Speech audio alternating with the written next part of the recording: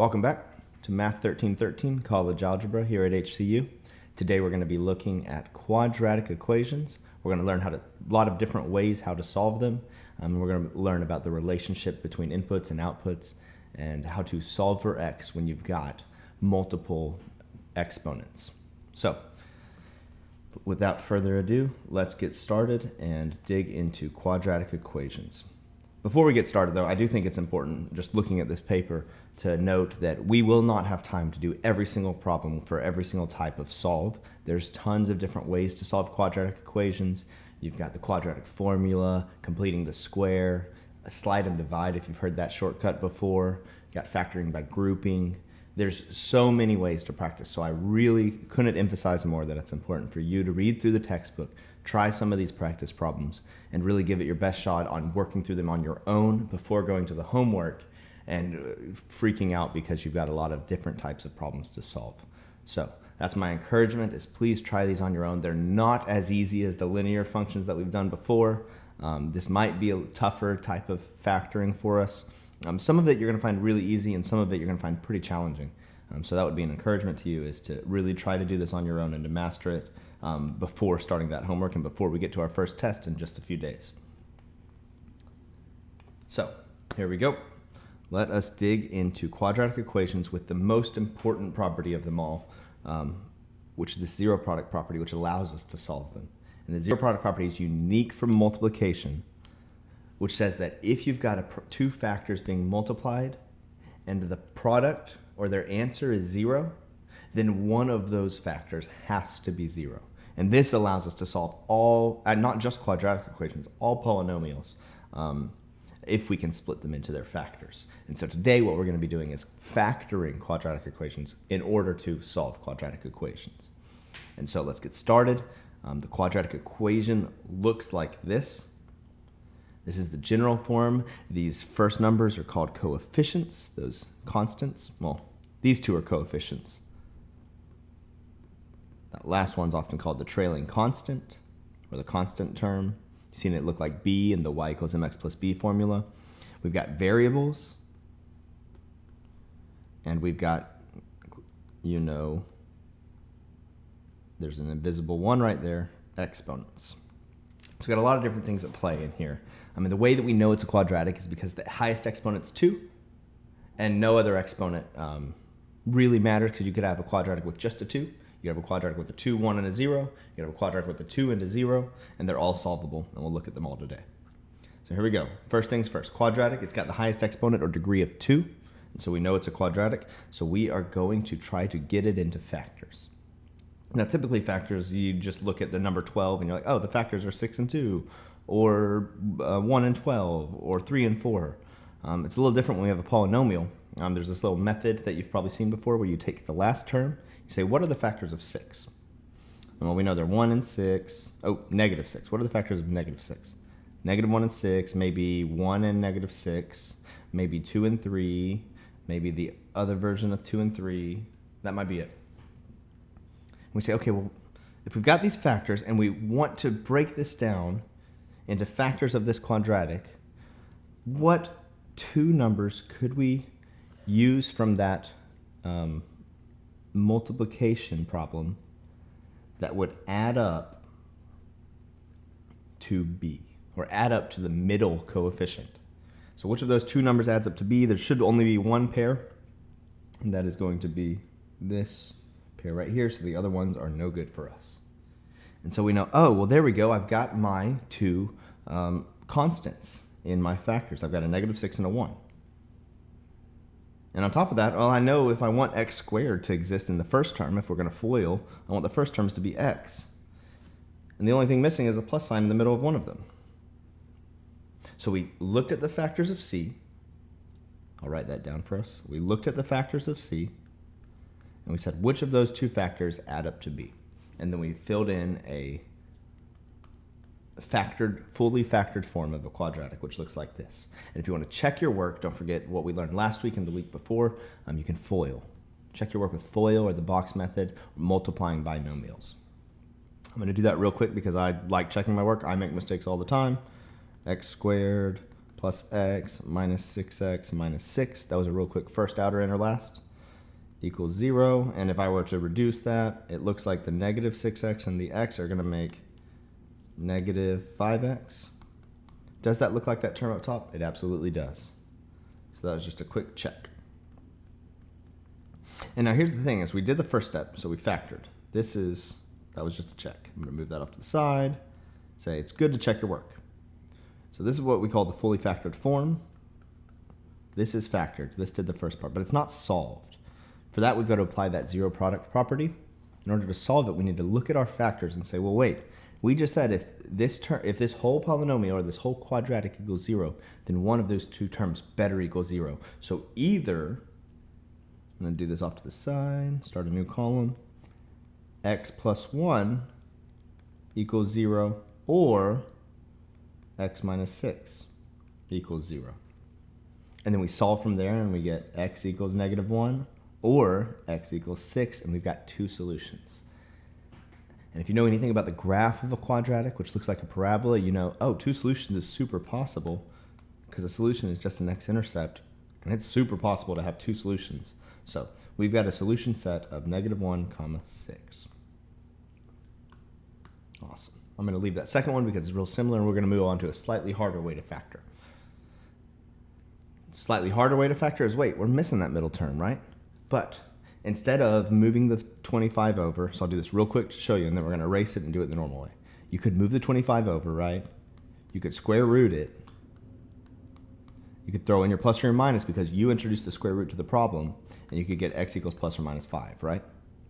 Okay, so that's a solve. But now if we want to factor and solve, which we didn't do there, what I'm going to do is I'm going to say, well, we have the same thing. I can look at the constant term and say, what are the factors of c that will add up to b? Well, negative 5 and 5 are pretty obviously going to multiply to give you negative 25. And you say, well, wait, what if we add those up? What do those add up to? Those add up to 0. And where's my b term at? My b term's kind of missing. This is kind of like the exact same thing as x squared plus 0x minus 25 equals 0. And now that factor makes a ton of sense. X plus 5, x minus 5 equals 0. And now we've got the same solutions of x equals positive 5 and x equals negative 5, or a solution set of negative 5, 5. And now this formula, which we call the difference of squares, isn't a new formula. It's just a unique one that works out of the one we already did. What I wanted to do is show you we didn't learn a new formula. We just simplified a specific case of the previous way to factor. All right, now sometimes they make our lives a little bit harder. Sometimes they throw an a value in there, and that a value makes factoring really a little bit tougher because we have to do either slide and divide, which I really enjoy, or grouping, which I'm going to show you here, or the quadratic formula, which will be the last thing we do today. So in order to group, we're going to follow the instructions they give us in the book and on these notes. Really simply, we're going to multiply a times c. That's the first step. So what is a times c? Well, a times c is that right there, 12 times 2, right? And so we've got a times c equals 24. That was step 1. We're going to find two numbers whose product, a times c, which we just found, is sum is equal to b. So that's really similar to what we just did. We're just doing a times c at the end, right? So 24 are the factors that are going to add up to 11. Ooh, that's a little harder. 12 and 2, no. 6 and 4, no. 8 and 4, that sounds nice. 8 times 3, I said 4. 8 times 3 equals 24, right? And 8 plus 3 equals 11. So we've got a times c right there. And we've got a times c equals 24. That's what we wanted. And we've got b represented right there. Awesome.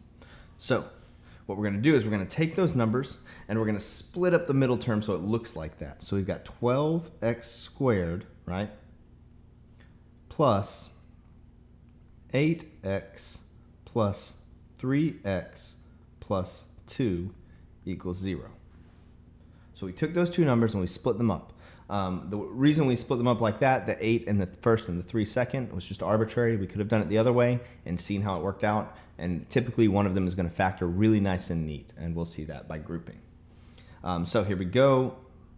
We are going to factor by grouping here, which means we're going to group the two sections together and see what happens. And if it doesn't work out super nice and neat, that's okay. We'll just switch this 8 and this 3, and we'll see if it works out a little nicer. But this one should work out pretty good for us either way.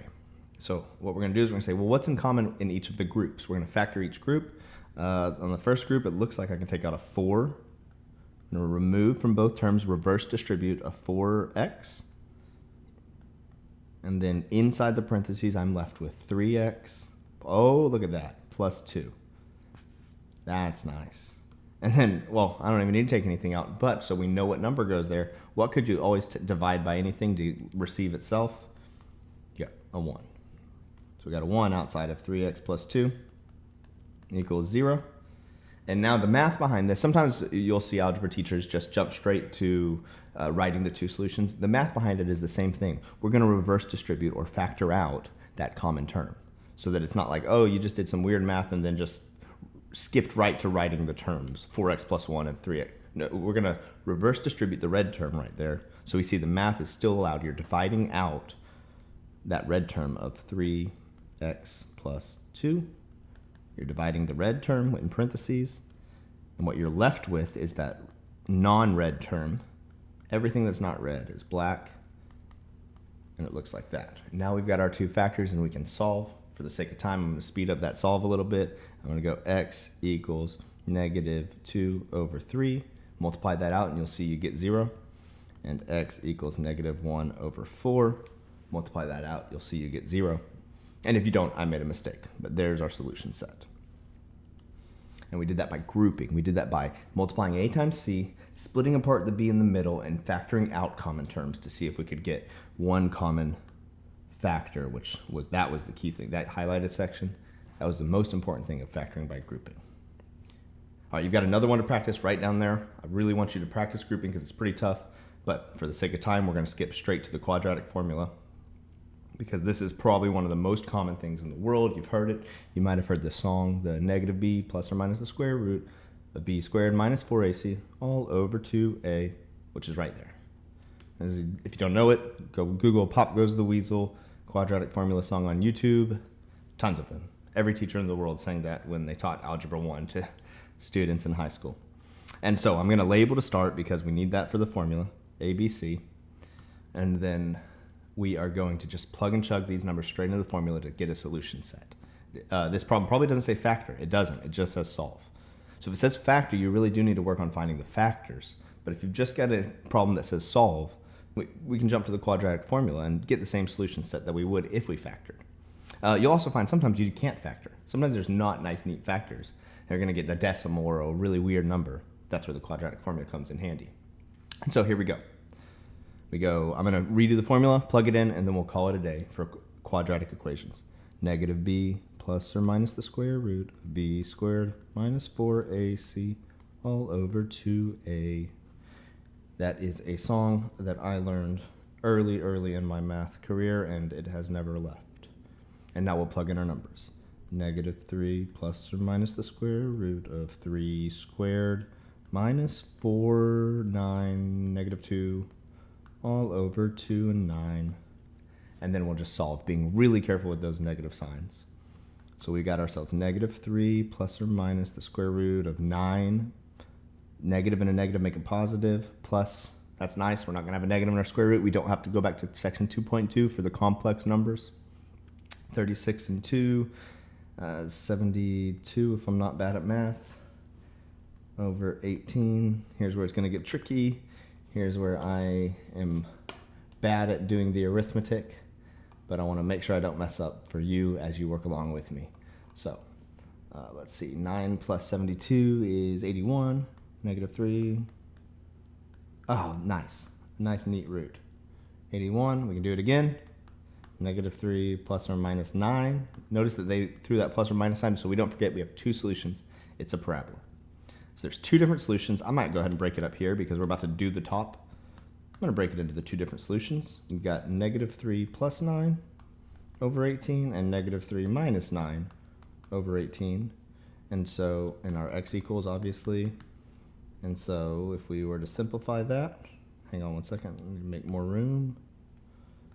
if we were to simplify those solutions, we'd probably get what's 9 minus 3 is x equals 6 over 18, which if you divide by 6, you get 1 over 3.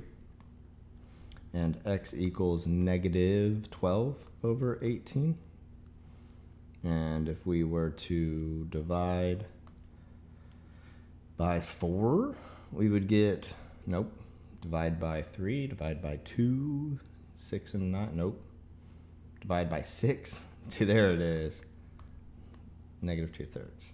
So we've got our solution set of negative 2/3 and 1/3. And we've solved. Worth mentioning, I'll let you solve it on your own, but the Pythagorean theorem is also included in this section because it's got exponents of 2. It's not necessarily a quadratic formula all the time based on the number of variables you have, but often it does work out into a quadratic equation, and so that it's included in this section. The formula you've heard before, a squared plus b squared equals c squared, and the plug and chug of that is just remembering that c is that hypotenuse, c is opposite of the right angle, so you know which one goes where. I think that this formula is literally just going to be, we've got a leg of 4, we've got a leg of 3, and they ask us to plug and chug that into our equation. 3 squared plus 4 squared equals c squared, because c is the missing term. Just real quick, because I know this is different than everything we just did, this is just thrown into this section. 9 plus 16 is equal to c squared. This is a pretty common triangle right here, where we're going to get c as plus or minus the square root of 25, which is 5, and then you ask yourself, well, wait, can I have a negative side of a triangle? No, so we're going to get rid of that negative term and just say that our missing side is 5 units long. All right, that was a lot of information really fast. Please, please, please, we did not get to everything in this section, but it's in the book. There's examples and try-its in the book for you to practice. There's videos posted with other people doing solutions for the ones we didn't do. I would really encourage you to go and look through those resources before completing the homework and before we get to our first test for this first chapter 2. Thank you for watching, and I'll see you tomorrow.